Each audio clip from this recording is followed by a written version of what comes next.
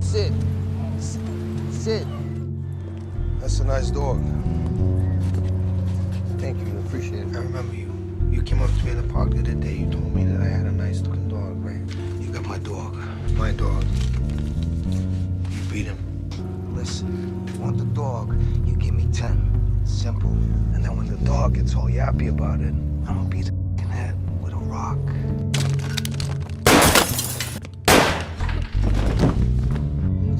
You shot him. He was gonna hurt our dog. In Brooklyn, a quiet, reserved bartender named Bob Saginowski lives alone and works in a local bar run by his cousin Marvin Stippler and often used as a drop site for illegal money by the Chechen mafia. Bob leads a quiet, somber, and routine life. One evening, at the bar, Bob notices a group of guys commemorating their local friend Richie, Glory Days Whelan's unsolved murder, and, hoping to show support, gives them a round of drinks on the house.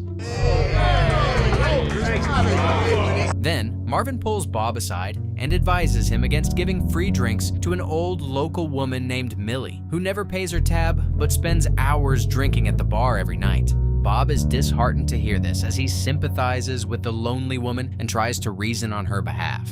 To no avail. Later, Bob finishes his shift, closes up, and starts walking home, enjoying the quiet, peaceful night and his own company. A few days later on Sunday, Bob goes to the local church, sits in the back, quietly attends Mass, then leaves without talking to anyone and returns to his daily routines. One evening, after his shift, Bob leaves the bar and starts walking home. After a few minutes, Bob hears strange sounds and stops, hoping to find out the source. He then traces the origins to a trash can on the lawn of a house, closely inspects it, and is shocked to see a beat-up small dog whimpering inside. Soon, as Bob takes a closer look at the dog, the owner of the house, a waitress named Nadia Dunn, cautiously approaches him, questioning what a stranger is doing on her lawn going through her trash. Then, once she sees the bleeding dog, Nadia softens and offers for Bob to bring the dog inside her apartment so that she can help it.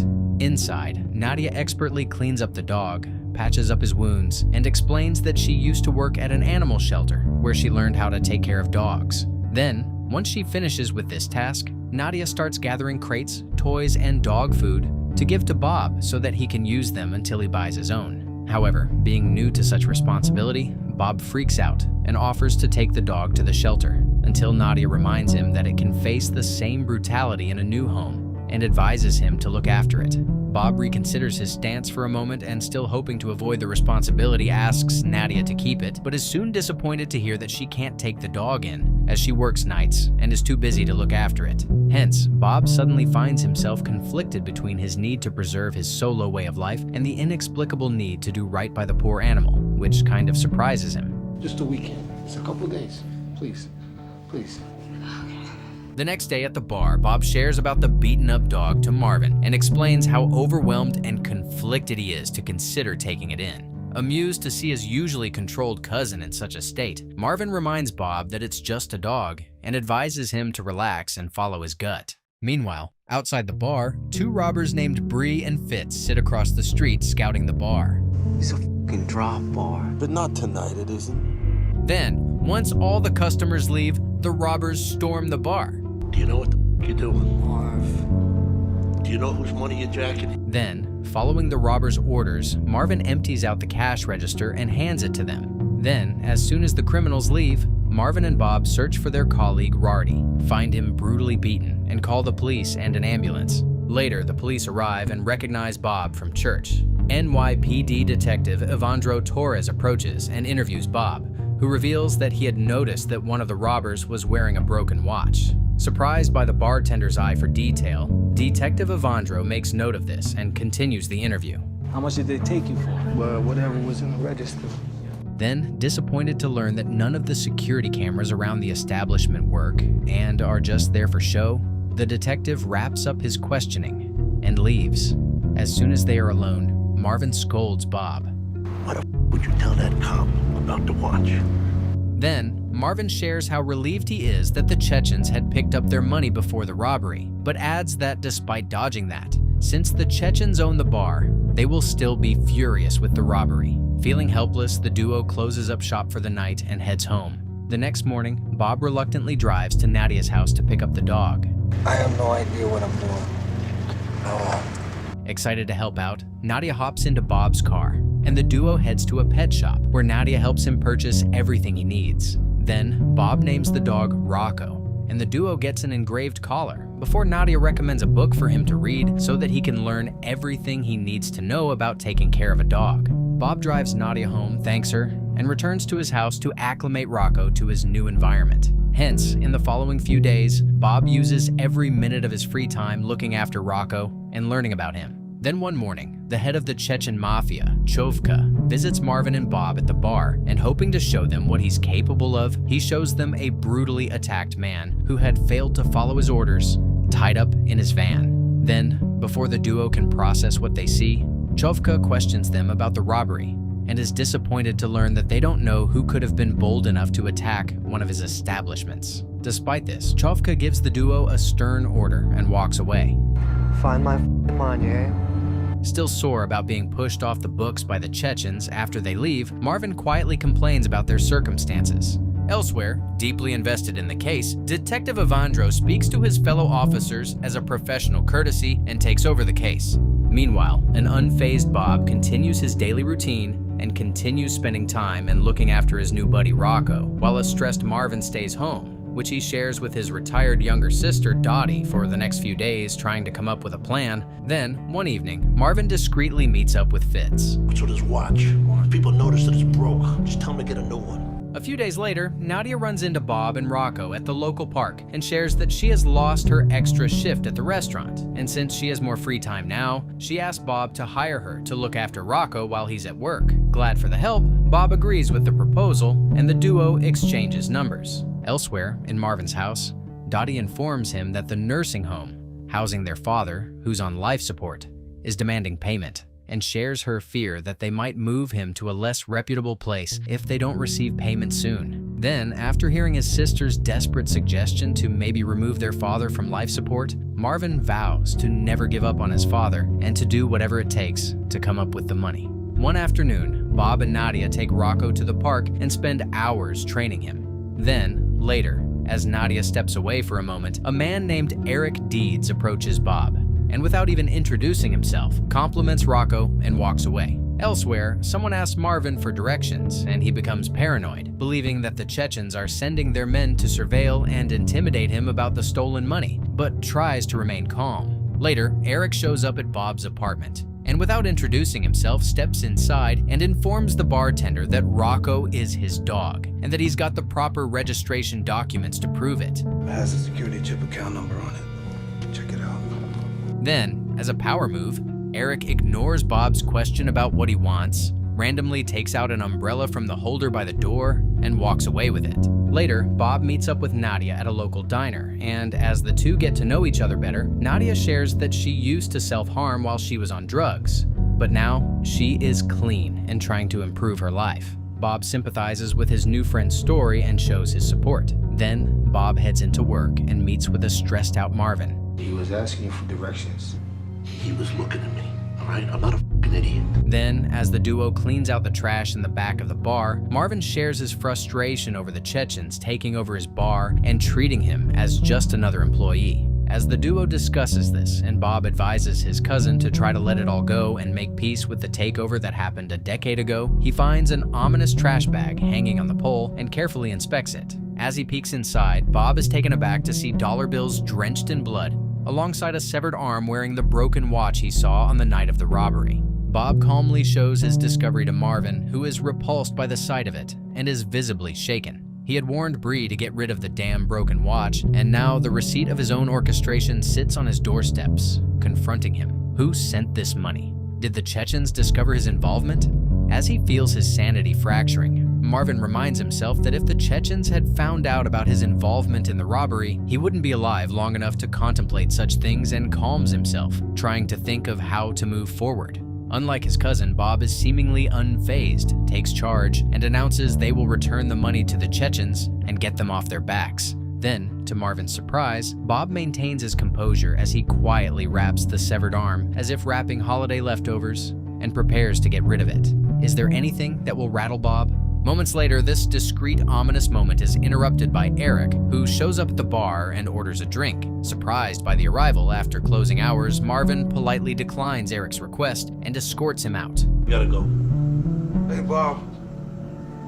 Then, Marvin returns and scolds Bob for not making sure the bar was locked down while handling such a discreet and criminal task, and freaks out thinking about what would have happened if Eric had seen what they were up to. Still unfazed by the close call and more annoyed by Eric's words, Bob assures his cousin that their secret is safe and continues with his task. Marvin soon learns that Eric is the one demanding to have Rocco back. That's Eric Deeds? Yeah, that's Eric Deeds. And, certain that Bob doesn't know much about him, reveals what he knows of Eric and advises him to be careful. Bob takes the information in quietly, as if he doubts the rumors about the murder are true, but thinks to himself, it's better to stay away from a guy voluntarily taking credit for a decade-long murder, and concedes he might be unstable after all. Then, without missing a beat, Bob packs up the severed hand and goes out to a nearby lake to dispose of it. Meanwhile, an overwhelmed Marvin stays back, and while struggling to keep his sanity, carefully washes the dollar bills of the blood and prepares them. Meanwhile, at the bridge, a composed Bob throws the severed hand into the lake, and as he takes some time to play with Rocco, Detective Evandro pays him a visit and asks him about Glory Days and shares Eric's possible connection to the disappearance. It's a really good-looking dog. Then, Bob drives home and finds Nadia waiting at his doorstep, planning to take Rocco for his afternoon walk. Then, after apologizing for the wait, Bob asks her if she knows Eric. Despite Nadia claiming she only knows of the man through acquaintances, she gets visibly upset and defensive at the mention of his name, accuses Bob of trying to control her, and storms off in anger, leaving Bob confused.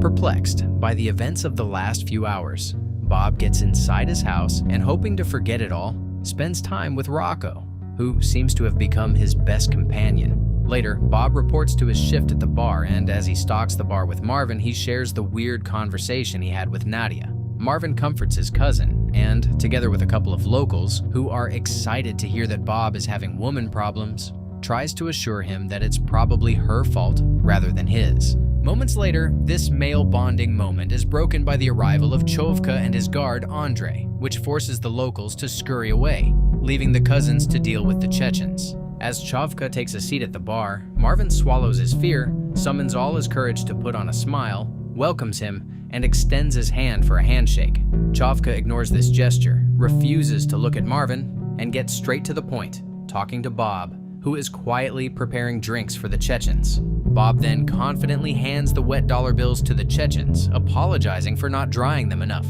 Then, in the same beat, Bob offers the Chechen duo a new drink, swears, and gives them a lengthy speech assuring them that they will love it. Meanwhile, Markvin stands back, quietly observes the interaction, and wonders how Bob is able to maintain a regular conversation, while he wonders if they're about to meet their end. Bob, how's the quality of the drink? You're serving the most quality thing right now? Luckily, the Chechens end up appreciating the drink, and as they prepare to leave, Chovka gives out new orders.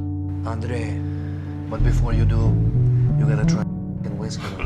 Elsewhere, Detective Evandro meets with a local man named Jimmy and asks him what he remembers of the night of Glory Day's disappearance. Jimmy relates that Glory Days had left the bar to buy some weed from Eric and his partner Tim, but was never heard from again. The detective intently takes this information in and cautiously asks Jimmy if he thinks Bob and Marvin know more about the disappearance than they let on, but it backfires. Later that night, as Bob gets home, he finds Nadia at his door, waiting to apologize to him for her earlier outburst, and admits that, against everyone's advice, she used to date Eric, until his rash behavior became too much for her, and she broke up with him. Bob assures her that he doesn't care about her past, and that what happened to Rocco wasn't her fault. Then, as the duo spends hours awkwardly hanging out and getting to know each other, Nadia shares that Eric had killed Glory Days, and that he's too unpredictable to be around. Yeah, I do. I heard that. Bob then shares that he and Marvin used to have a crew when they were younger and did some shady misdemeanors to earn a little extra money until they were forced out of that life by the arrival of a more powerful criminal gang. Then, to Nadia's relief, Bob relates that he has left that life since then and just tends bar now. Elsewhere, Marvin meets with Fitz, who's been on high alert since his brother Bree's demise, and refuses to get into Marvin's car for fear that something bad will happen to him. Annoyed and hoping to convince and reassure the paranoid man, Marvin lets Fitz check out the back seat and trunk so that he can see there's nothing there to hurt him, and finally convinces him to enter the car and starts driving. You here? Yeah. Right? Yeah.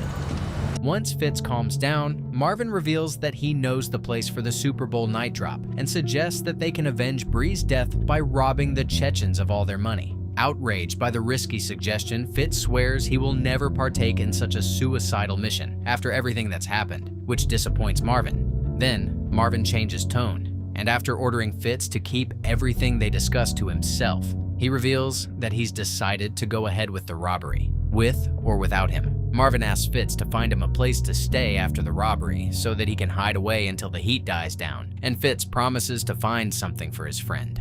As the men discuss this, the trunk door suddenly flings open, and blaming Fitz for his failure to close it properly, Marvin orders him to get out and do so, and stops the car. However, in a horrific turn of events, just as Fitz gets behind the car to close the trunk, Marvin drives backwards and over him and brutally murders him. Then, he quickly jumps out of the murder vehicle, runs to his own vehicle parked a few blocks away, and flees the area. With friends like this, who needs enemies AEI? Elsewhere, in the wee hours of the night, Bob walks Nadia home, and after the duo awkwardly wish each other goodnight, Bob rushes home, concerned that he left Rocco alone. I think it's safe to say Rocco has become Bob's #1 priority. There, as soon as he gets inside, Bob profusely apologizes to Rocco and proceeds to give him some snacks, but soon is taken aback to see the umbrella Eric had taken earlier, placed right next to the dog, and feels violated and learns that things may be graver than he realized. The next day, hoping to get to the bottom of the tension between Eric and his cousin, Marvin meets with Eric. Why didn't take your dog? You beat the crap out of it and you put it in the garbage can. Even though nothing Eric says seems to make sense anymore, Marvin decides to use his gullibility to his advantage and subtly strokes his ego. Elsewhere, Detective Evandro gets his hands on the psychological evaluation of Eric from his brief institutionalization and studies it carefully. The next morning, Bob wakes up early and, hoping to work things through with Eric, goes to Eric's house. However, there, the unpredictable, rash man decides to walk all over the quiet, unassuming bartender. Listen, you want the dog, you give me 10. What kind of threat is that? To make matters worse, before Bob can react to this, Eric proudly reminds him that he had killed Glory Days and still managed to walk free, and threatens that he's still capable of the same level of violence now. A few days later, on the day of the Super Bowl, he goes to his house and meets Dottie, who's forced to go back to work due to financial problems as she prepares to leave for her new job, and warmly greets her. He then heads inside, meets Marvin, who explains that he's not feeling well and hence won't make it to work, and has a hostile interaction with him. Are you doing something desperate?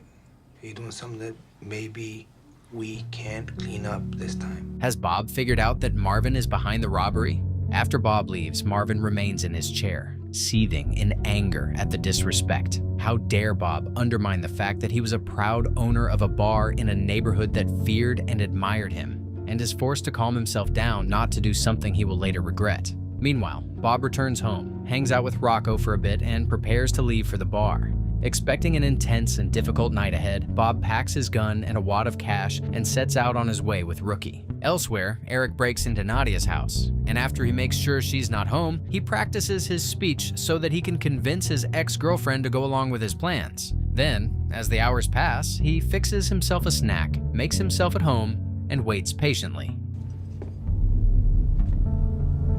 You have to sit down and listen to me, all right? But I want you to go. At the bar, Bob quietly stalks the bar and prepares for the busiest night of the year. As the day progresses, the bar starts to fill with eager customers, preparing to enjoy the game while having drinks, and soon Bob and Rudy become occupied fulfilling the pilling orders. As ordered, Bob also discreetly collects cash-filled envelope drops from numerous men. Each time he gets a second of respite and deposits it in the safe, for the Chechens to collect later. Meanwhile, Marvin remains seated on his couch, ready to enjoy the game from the comfort of his home, but with a mysterious uneasiness, as if he's waiting for something to happen. Later, at the bar, Bob is disheartened to see Nadia walk in, alongside Eric, and wonders if she's there voluntarily, or if the madman is forcing her. However, despite being highly suspicious of the situation, Bob chooses to remain out of it and stays behind the bar, observing intently from afar. Then, Eric boldly approaches the bar to order a drink and has a private conversation with Bob. You give me that piece of paper and then you can get the money, okay? Yeah, what paper? The duo's conversation is then interrupted by Marvin, who calls Eric with a warning. It's so simple. You show up at the designated time, you do the thing, and then you leave. Then, Marvin, who's now out of his chair and seemingly preparing to leave his house, warns Eric to stay patient and schedules to meet Eric after midnight and hangs up the phone. At the bar, as everyone enjoys the game, Bob quietly surveils Nadia's interaction from afar while expertly securing all of the drop money into the safe. Later, after the game ends, the customers call it a night and slowly retreat to their respective homes. At the bar, the air turns quiet and intense, with only Nadia, Bob, and Eric remaining. Then, Nadia approaches the bar, and as she attempts to explain the matter, Eric soon joins her and redirects the conversation, pretending that she's happily reunited with him. Luckily, moments later, Eric steps out of the bar to take a call, giving Bob and Nadia a chance to catch up. He was waiting in my house when I got back home. Moments later, Eric returns, nervously approaches the bar and asks for more shots. Bob patiently provides the erratic man with a drink and hands him the $10,000 he demanded for Rocco. Taken aback by the sudden gesture, Eric casually counts the wad of cash, dismisses it, and soon makes a shocking announcement. We should look in the safe too. Unfazed by what he hears, Bob sternly refuses to let Eric get his hands on the Chechen's money and tells him off.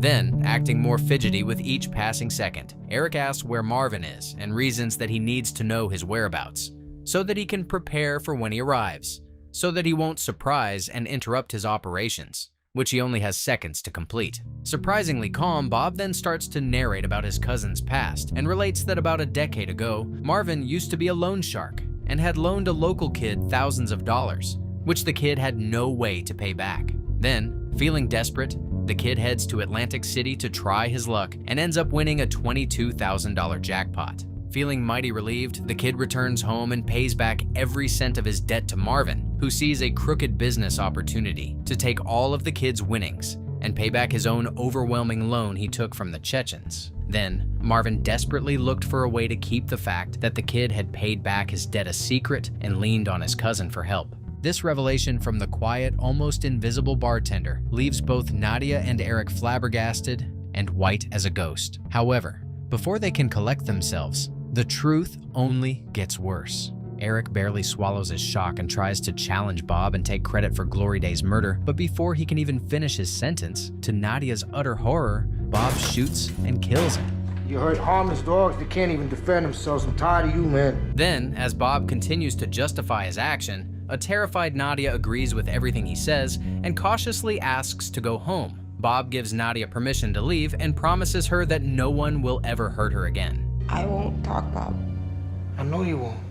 The extent of Bob's denial. Outside, Marvin, who monitors the bar from a distance, anticipating hearing from his partner Eric, sees Nadia running out of the bar, and his heart drops to his stomach, knowing that all of his plans had failed miserably. Then, he musters his courage and calls his cousin, who picks up on the first ring. However, knowing each other's darkest secrets and understanding the implications of the ordeal that just transpired, both Marvin and Bob lose their words and spend a few seconds seemingly communicating through their sheer silence. Then, as it suddenly dawns on Marvin that all his plans had fallen apart, he hangs up the call with sheer dread of the implications. Then, Marvin remains seated in his car, paralyzed with fear and panic, as he realizes that he is now officially a dead man walking. Later, while Bob tends to Rocco as if nothing had happened, the Chechens arrive to collect their drop, find Eric's body sprawled in the bar, and ask Bob what happened. Hoping to leave Nadia out of it, Bob narrates that Eric had come to the bar alone, had gotten drunk watching the game, and tried to give him trouble. Without further questioning, Chovka orders his men to dispose of Eric, whom he believes deserved his fate, while he takes time out to privately speak to Bob. Then, Chovka subtly reveals that he had discovered that Eric was working for Marvin, just like the previous robbers, and shares his utter disgust at Marvin's betrayal to rob him blind. Then, Chovka subtly reveals that he had found Marvin parked nearby and killed him on his way to the bar. Unable to interpret the stoic expression of Bob, Chovka vows his support to the man whose cousin he has just murdered and assures him that he's not alone. He then shares that he wants Bob to manage the bar and even offers to name the establishment after him. Take down his name, put up yours. Bob's Bar. Taken aback by the unexpected news, Bob stoically takes it all in before heading home. Bob returns home that night, then he calmly feeds Rocco, his non-judgmental friend, and retires to bed. A few days later, Detective Evandro visits Bob at the bar, and despite not believing a word of the carjacking story on the official report of Marvin's death, shares his sincerest condolences with Bob and remarks how ironic it was that Marvin was executed a few miles away from the bar, in the neighborhood he was once feared and respected in. Then, the detective calmly mentions the disappearance of Eric, who was last seen in the bar, just like Glory Days had been, and reveals that after some investigation, he had learned that Eric had been hospitalized in a psychiatric facility the night of Glory Day's disappearance and hence had no opportunity to kill him, and adds that he only took credit to boost his malicious street reputation. Bob listens to all of this revelation without even flinching and nonchalantly agrees to the possibility of the detective's theory. The detective then gives Bob a knowing smile and walks off without looking back. A few days later, Bob takes Rocco and goes to see Nadia at her house. There, Bob promises to leave if Nadia asks him to, and asks to take her on a walk. Nadia takes a moment to consider the offer, agrees, and runs back inside to grab her jacket, which delights Bob to no end.